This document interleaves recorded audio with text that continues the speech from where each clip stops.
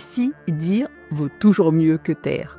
Bienvenue sur Éclat de voix, le podcast des prises de parole engagées qui vous donne aussi de l'impulsion pour oser, à votre tour, prendre la parole. Bonjour à tous et à toutes, je suis Anne-Claire Delval et je suis vraiment heureuse de vous retrouver pour ce premier épisode de l'année 2026.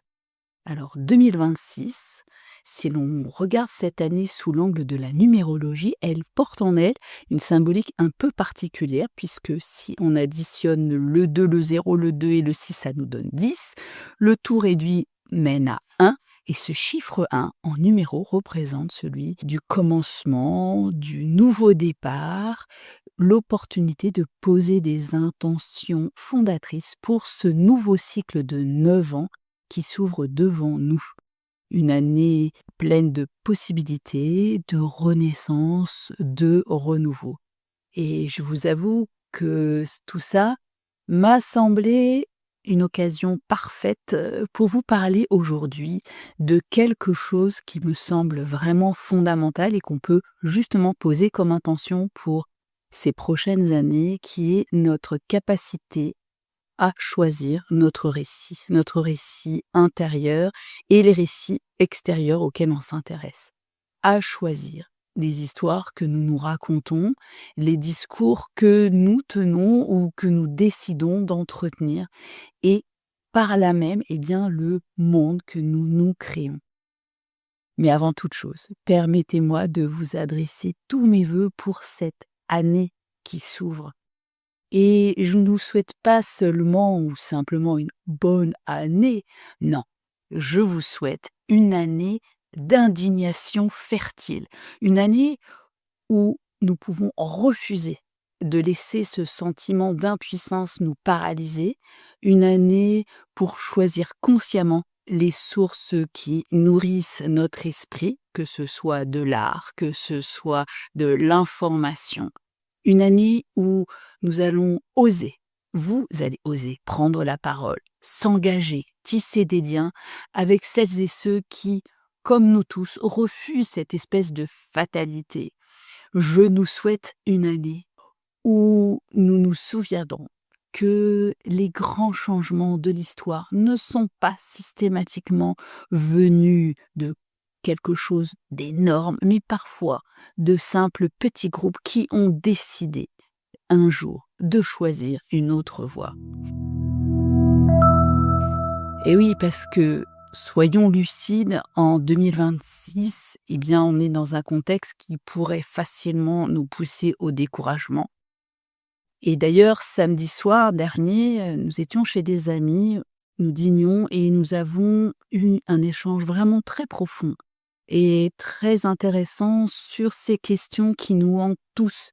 Est-ce qu'on peut encore agir? Est-ce que nous avons un libre arbitre? Est-ce qu'il est possible de faire changer les choses et à quel niveau notre action peut-elle ou non avoir un impact qui soit petit, moyen ou gigantesque? Et je me suis rendu compte pendant cette conversation que finalement on passe notre temps à nous faire peur. Alors que ce soit de l'extérieur ou de l'intérieur. Encore une fois, selon les discours qu'on va écouter et suivre. Et ça commence dès notre plus jeune âge. Toute notre existence, elle est rythmée sur des attention. Attention à pas sortir sans ton manteau. Attention, la rue est dangereuse. Attention, si t'as pas de bonne note, tu pourras pas passer dans la classe supérieure. Attention, si tu décroches pas ce job, tu risques vraiment une longue période de chômage. Attention, si tu gagnes pas assez d'argent, mais tu pourras jamais t'offrir ta maison, ta voiture, ton chien, ton chat, etc., etc. Ah oui, et si t'as pas ton diplôme, tu ne pourras jamais travailler, etc., etc. Une litanie de craintes, d'espèces de menaces, de mises en garde qui façonnent vraiment notre rapport au monde, mais aussi aux autres. Alors oui, évidemment, il faut des règles pour organiser une société et qu'il ne s'agit pas de les transgresser. Mais est-ce que ces règles doivent constamment reposer sur cette notion de peur, ces craintes et ces menaces qu'elles engendrent derrière?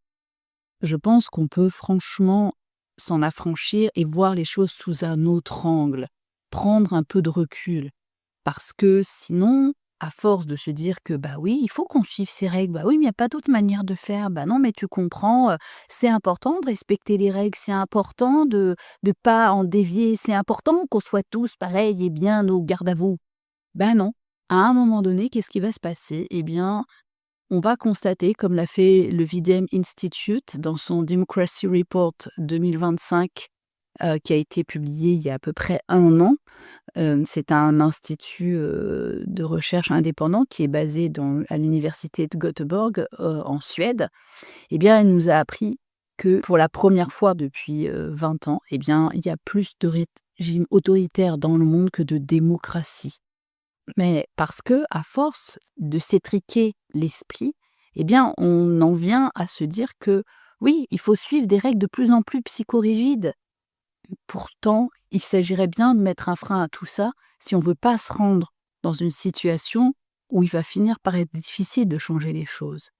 Et si on regarde les chiffres d'un peu plus loin, ben, on se rend compte que c'est un peu vertigineux parce qu'en France, pour ne parler que de ce pays, en 2017, lors des élections législatives, il y avait 9 députés du Rassemblement national à l'Assemblée nationale. Aujourd'hui, on en compte presque 150.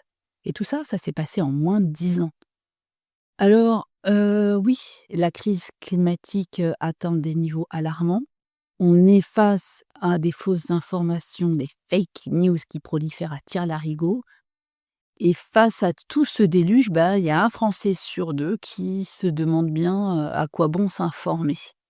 C'est ce qu'on appelle la fatigue informationnelle. C'est un phénomène qui a été bien documenté, et selon l'agence Reuters, 36 des Français déclarent éviter parfois, souvent, l'information en estimant, bah, qu'elle a un effet négatif sur leur humeur et que la quantité, parce que ça, c'est pas non plus négligeable, d'actualité les épuise. Mais attention, et c'est là que nous devons mettre notre vigilance parce que cette fatigue informationnelle est en partie orchestrée. Dans un épisode récent du podcast Renverser la table, Salomé Saké décrit avec précision cette mécanique. Elle dit: on est vraiment sur des cas de fake news, de choses qui soit n'ont pas existé, soit sont complètement montées en épingle et qui vont être mises dans l'espace public, soit sur les réseaux sociaux qui appartiennent à l'extrême droite pour une partie d'entre eux, notamment avec X, anciennement Twitter, qui appartient à Elon Musk, soit dans un média d'extrême droite. Et on se retrouve avec une polémique nationale qui va finalement être commentée dans des médias qui ne sont pas d'extrême droite. Et c'est là où c'est extrêmement pernicieux.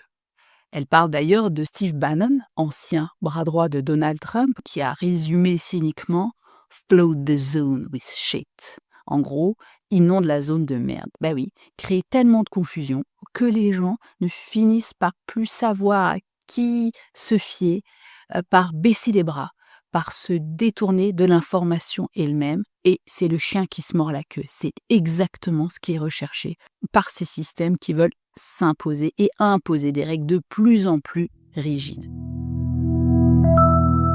Alors, face à ça, j'ai envie de vous proposer un petit concept auquel je réfléchis depuis un certain temps, qui pourrait être défini comme étant de l'indignation fertile.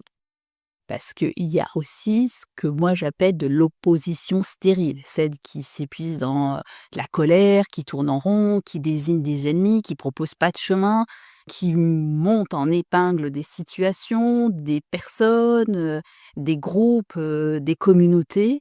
Et cette opposition-là, ben, elle fait qu'un seul truc, c'est que elle nous consume, elle ne construit rien et elle nous enferme, là encore, dans des postures de combat permanent qui, ben, à terme, nous vide d'une énergie créatrice.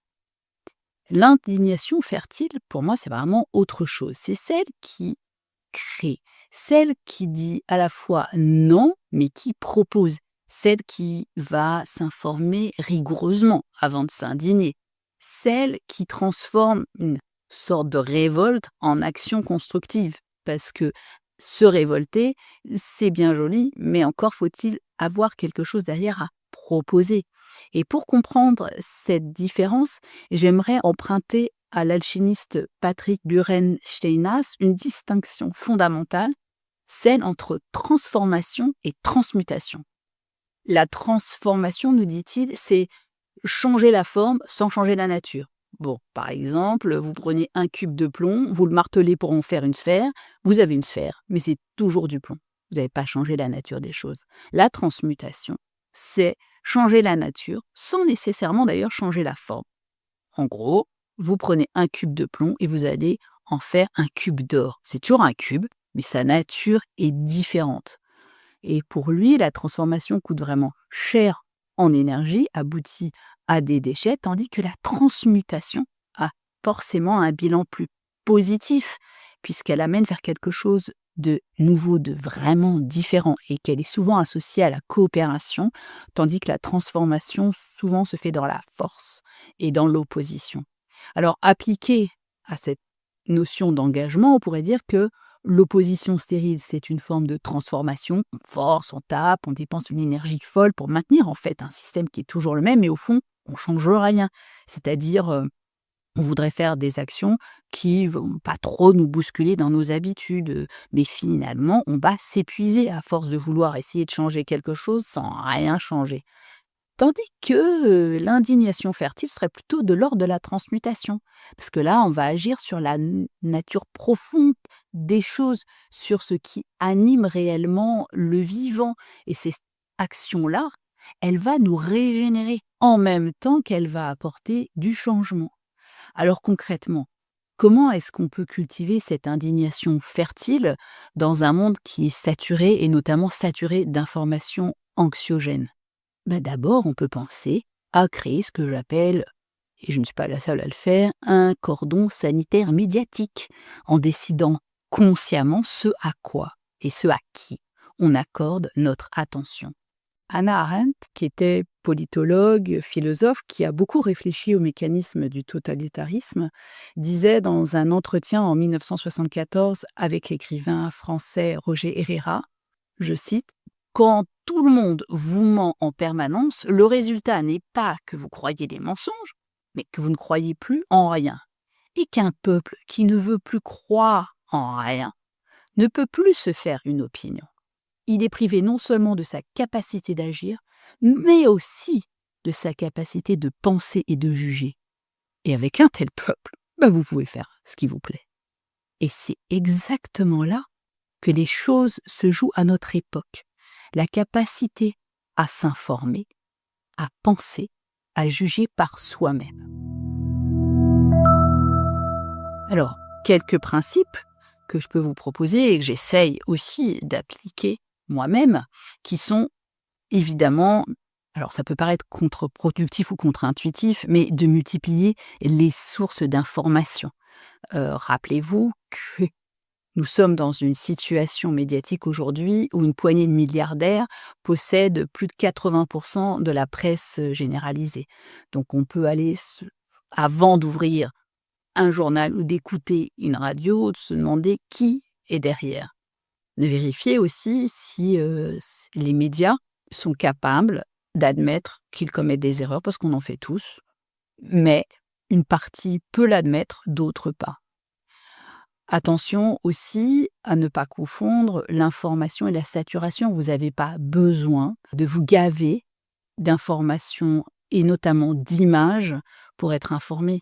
C'est pas vrai. Et on n'est pas obligé de saturer nos cerveaux sans pour autant faire l'autruche avec des informations qui sont terriblement anxiogènes. Nous ne sommes pas obligés de nous offusquer à chaque fois que Trump dit ou fait une ânerie plus grosse que lui. Et puis, une autre chose, c'est de se tourner vers un journalisme de solution. Pauline Amiel, qui est sociologue des médias, le définit ainsi. Le journalisme de solution, c'est une méthode professionnelle qui encourage les journalistes à traiter des problématiques de société en proposant une solution potentielle pour les résoudre. Et Juliette Keff, qui est directrice du Média Vert, précise que ce journalisme de solution ne procure pas forcément du bonheur en soi. Le but n'est pas de provoquer une émotion de satisfaction, mais d'apporter une réponse à un problème qui est soulevé.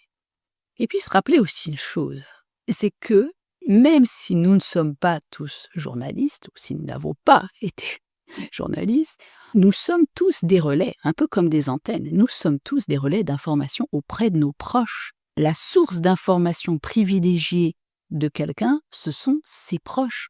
Les gens autour de nous nous font plus confiance parce qu'on se connaît, parce qu'on peut rapporter des informations, des analyses, mais comme la personne le lira à travers son prisme que l'on connaît, on aura plutôt tendance à l'écouter. C'est aussi un des principes que rappelle Salomé Saké. Donc, nous avons un pouvoir immense, vraiment immense, qui est celui de transmettre une information que l'on va vérifier, qui sera nuancée et réfléchie. Et puis, j'aimerais encore insister sur un point qui me semble vraiment crucial, qui est l'importance de conserver son esprit critique, de prendre de la hauteur vis-à-vis de tout, y compris de la science. Alors attention, je ne suis pas en train de dire qu'il faut se méfier de la science et que je suis une anti-scientiste primaire. Non, pas du tout. Les méthodes scientifiques, quand elles sont appliquées rigoureusement, constituent quelque chose qui se rapproche vraiment de la vérité.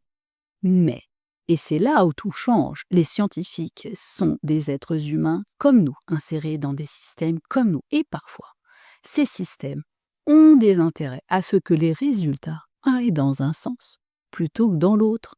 On l'a bien vu dans certaines industries, notamment agrochimiques, pétrolières ou tabac à l'époque. Donc tout ça me fait dire que nos sociétés sont structurées par le droit. Et c'est précisément de ça dont nous parlerons lors de la table ronde que je modérerai le 23 janvier prochain à 16h dans le cadre du Festival Learning Planet. Et je vous mettrai toutes les références dans les notes de l'épisode. Cette rencontre s'intitule « Les droits humains, à un idéal creux ou un outil pour agir ». J'aurai le privilège d'échanger avec 3 femmes extraordinaires, Joséphine Dubois, chargée de plaidoyer et de campagne chez Polinis, qui œuvre depuis des années à la défense des droits humains et environnementaux, qui fait appel à l'influence des décideurs, à la communication, à la mobilisation des citoyennes, des citoyens, notamment via cette association Polinis qui mène vraiment une réflexion juridique pour la protection des pollinisateurs. Il y aura également Tatiana Gransart, qui est juriste, qui est fondatrice de l'association MJUR Access, qui diffuse et démocratise cette notion de droit et qui est engagée sur cette problématique des droits fondamentaux. Notamment, elle se consacre aujourd'hui à la défense de ceux concernant les mères et les enfants. Elle a travaillé sur la genèse des droits de l'enfant pour le guide Future Aid. Et puis, Marion Aymonière-Poussier, qui accompagne les personnes qui sont justement engagées dans ces défenses de droits humains et qui connaît le coût humain de cet engagement viscéral pour la justice. Dans les structures, elle observe ces phénomènes d'épuisement et de traumatisme. Elle écrit aujourd'hui sur ses recherches et traduit des textes sur l'éducation, mais aussi les droits fondamentaux des enfants. Elle est membre d'un groupe de recherche indépendant, le GRRE, le groupe de recherche et de réflexion sur l'éducation. Voilà, donc cette table ronde, elle illustrera parfaitement cette notion d'indignation fertile. Il ne s'agit pas simplement de dénoncer, même si c'est nécessaire, il va s'agir de comprendre comment on peut mobiliser des outils juridiques, comment prendre soin des personnes qui s'engagent, comment rendre une action soutenable dans le temps. Je le répète, les grands changements ne sont pas toujours issus de mouvements gigantesques. Ça part souvent de petits groupes qui ont décidé, à un moment donné, de suivre une voie différente, de dire non, de prendre le pli d'une forme de résistance. Alors, cessons de croire que nous sommes trop peu nombreux, trop insignifiants, trop impuissants. Et dans ma réflexion, j'ai envie de vous ramener au Kogi, ce peuple premier de Colombie, dont nous avons parlé avec Éric Julien dans un épisode récent. Malgré 5 siècles de colonisation, ils ont préservé leur sagesse. Ils ne sont jamais rentrés en conflit. Et aujourd'hui, ils nous tendent fraternellement la main pour nous rappeler des lois du vivant que nous avons oubliées. Or, je pense que c'est en s'appuyant sur ces lois du vivant que prendre la parole deviendra plus simple et aussi que nous pourrons retrouver notre place dans cet organigramme, dans cette magie, cette terre majestueuse, dans cette vie que sommes amenés à traverser tous. Les Kogi nous invitent à décoloniser justement nos imaginaires et à comprendre que nous ne sommes pas là pour imposer nos lois à la nature. Parce que cette nature, elle fonctionne justement par coopération, pas par compétition. Les organismes qui coopèrent persistent. Ceux qui ne le font pas finissent par disparaître. J'ai envie aussi de penser à ces jeunes de l'école européenne que j'avais interviewés au printemps dernier et qui, à travers leurs initiatives, montrent que toute une génération grandit avec une conscience du vivant différente, une conscience sociale aiguisée. J'ai envie aussi de rappeler l'initiative de Stand Speak Rise Up, l'association qui a été fondée sous l'impulsion, entre autres, de son Altesse Royale la Grande-Duchesse Maria-Thérésa de Luxembourg, que j'avais reçue pour le podcaston en mars. Et dans un monde où les conflits armés ont augmenté de 25% en 2024, eh bien, cette organisation soutient directement, s'ancre dans le vivant pour ramener aux femmes la dignité nécessaire parce que c'est la moitié de l'humanité qui est concernée. Et puis justement, le podcast en lui-même, cette mobilisation internationale qui réunit encore plus de podcasteurs cette année, puisqu'il va y avoir maintenant, en plus d'une version francophone, la version anglophone l'année dernière, eh bien, il y aura une version hispanophone, donc encore plus de podcasteurs, encore plus de pays qui viennent soutenir toutes ces associations. Et d'ailleurs, je recevrai bientôt les fondateurs Jérémy Mani et Yves Delnat, qui, à travers leur association qui s'appelle Altruive, prouve que cultiver l'altruisme, la gentillesse, c'est une solution pragmatique aux défis du XXIe siècle. Et puis, parmi tous les gens que j'ai reçus, mais j'ai envie de penser entre autres à Marie-Béatrice Noble, à Sébastien Garcin, Lucille Pétavin, Laure Aumont, Florence Bossen-Meyer, Patricia Ferrante et tout plein de ces invités d'éclat de voix qui, à leur échelle, ont fait le choix de l'engagement et qui, je l'espère, vous donnent à votre tour envie de pousser ces portes-là. Toutes ces personnes ne sont pas forcément des super-héros ou des super-héroïnes, ce sont des êtres humains qui ont décidé de ne pas céder à l'impuissance. On peut tous être acteurs, actrices d'un changement, on n'est pas voué à basculer dans des régimes d'extrême droite partout. L'essentiel, c'est de ne pas rester dans l'inaction. En fait, notre impuissance, elle n'est pas réelle. C'est le sentiment d'impuissance qui existe. Alors, revenons à cette idée centrale qui est de choisir un récit qui peut vraiment tout faire basculer. Changeons nos lunettes, changeons notre manière de voir le monde et nous verrons qu'il n'est pas si moche que ça, qu'en réalité il est juste extraordinaire. Il est même merveilleux. Il est incroyable et nous sommes tous incroyables. Nos corps sont incroyables. La nature dans laquelle nous sommes compris, nous ne sommes pas à côté ni au-dessus, est juste incroyable. Et si par contre nous nous répétons en boucle que l'homme est un loup pour l'homme, ah bah oui, là c'est sûr qu'on va s'ancrer dans un récit de défiance, de compétition et de violence inévitable. Mais c'est la même chose pour moi quand on accorde trop d'attention à d'autres discours qui se disent ceux issus de sages ou de sagesse, du style c'est écrit, l'alignement des planètes nous l'annonce, nous allons vers l'anéantissement, nous devons passer par cette phase de destruction.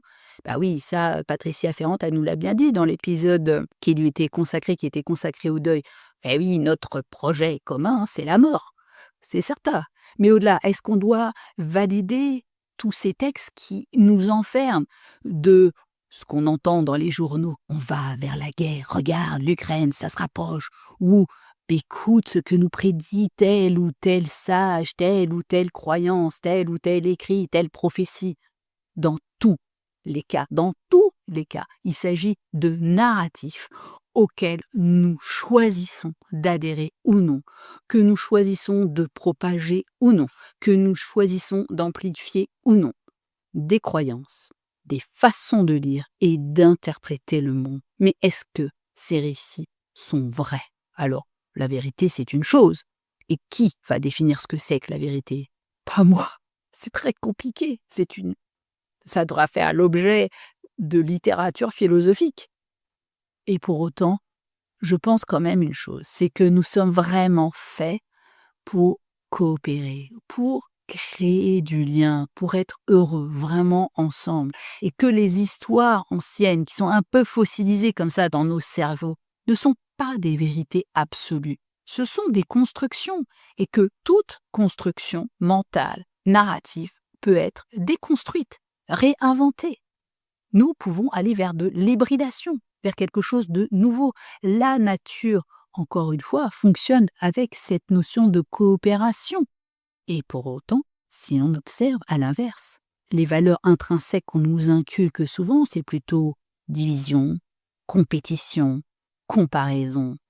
Alors, j'ai envie quand même de vous rappeler que les discours catastrophistes des dominants n'ont jamais empêché le progrès d'advenir. Revenons encore une fois à observer le vocabulaire, celui que nous tenons et celui que nous entendons. Quand nous entendons parler de lutter, combattre, bataille, vaincre, résister, tous ces mots guerriers, que ce soit d'un côté ou de l'autre, ils ont parfois leur place, mais ils peuvent nous épuiser et surtout ils renforcent constamment cette notion de bataille. Et si plutôt nous choisissions de créer, de construire, de tisser, de nourrir, de cultiver, de transmettre, de transmuter. L'indignation fertile, c'est transmuter cette énergie de la révolte en énergie créatrice. Alors bien sûr, vous allez me dire, mais concrètement, Anne-Claire, qu'est-ce que je fais? Eh bien, reprenons depuis le départ, devenez un relais d'information apaisé auprès de vos proches. Connaissez vos interlocuteurs. Ralliez-vous à du collectif qui se rapproche de vos sensibilités. Un corps social solide, c'est un corps social qui est uni. Il existe des milliers d'associations, de collectifs qui œuvrent chaque jour pour un monde meilleur. Trouvez celui qui résonne avec vos valeurs, vos envies, votre énergie, celle qui est disponible à un instant T. Et puis, mais allons-y, créons, rappelons-nous ce que c'est que de créer, d'imaginer, de raconter. L'art, les récits, les imaginaires sont des espaces de création. Nous avons besoin de ces nouveaux discours, de ces nouveaux imaginaires. Alors allez-y, rien ne vous empêche de produire des contenus, quels qu'ils soient, que ce soit de la peinture, de l'écriture, de la musique, des podcasts, du tissage. Toutes les créations participent à élargir le champ de nos créativités, de notre capacité à cumuler et à combiner différentes approches pour être dans une forme d'hybridation, encore une fois, qui va aller au-delà de ce que l'on peut, là, maintenant, tout de suite, imaginer. Et puis cultiver la joie comme pratique politique. Revenez à ça. Regardez la beauté partout autour de vous. Entourez-vous de belles choses. Échangez, parlez avec des gens qui vous font vibrer. Retrouvez des endroits où vous avez simplement envie de vous réunir avec des gens que vous aimez bien pour discuter, partager, échanger. La joie, c'est pas une fuite du réel. C'est beaucoup plus que ça. C'est notre nature profonde. Et puis, prenez la parole. Mais c'est précisément l'une des missions d'Éclat de voix, c'est de vous encourager à oser à votre tour faire entendre votre voix engagée, à ne plus vous taire. Parce que je le répète, dire plutôt que taire, c'est déjà un acte politique. Alors, à l'orée de cette année 2026, cette année 1, qui ouvre donc ce nouveau cycle de 9 ans, je ne sais pas ce que ce cycle nous réservera, personne ne le sait, mais personne n'est à l'abri d'une bonne nouvelle. Alors, ce que je sais par contre, c'est que vraiment, nous avons le choix. Le choix de nos engagements, le choix de nos récits. Et Stéphane Hessel, ce résistant qui a échappé de justesse à une exécution, dit « Indignez-vous L'indifférence est la pire des attitudes. Mais ne nous contentons pas, une fois de plus, d'une indignation épuisante. Cultivons cette fameuse indignation fertile, celle qui crée, qui construit, qui prend soin, qui coopère. Nous sommes faits pour être heureux ensemble. Et ici, sur les ondes d'éclat de voix, je continuerai à donner la parole à celles et ceux qui s'engagent, qui imaginent, qui refusent ces fatalités, à créer des ponts entre des mondes très différents, à initier des conversations essentielles, parce que la parole est une offrande qui brise la puissance du doute. Pour 2026, je vous souhaite donc de l'indignation fertile, des rencontres qui transforment, des lectures et des écoutes qui éclairent, le courage surtout de faire entendre votre voix. On se retrouve le 23 janvier à 16h pour la table ronde « Les droits humains, un idéal creux ou un outil pour partager » dans le cadre du Festival Learning Planet. Et d'ici notre prochaine rencontre, je vous souhaite des éclats de voix indignés, fertiles et puissants.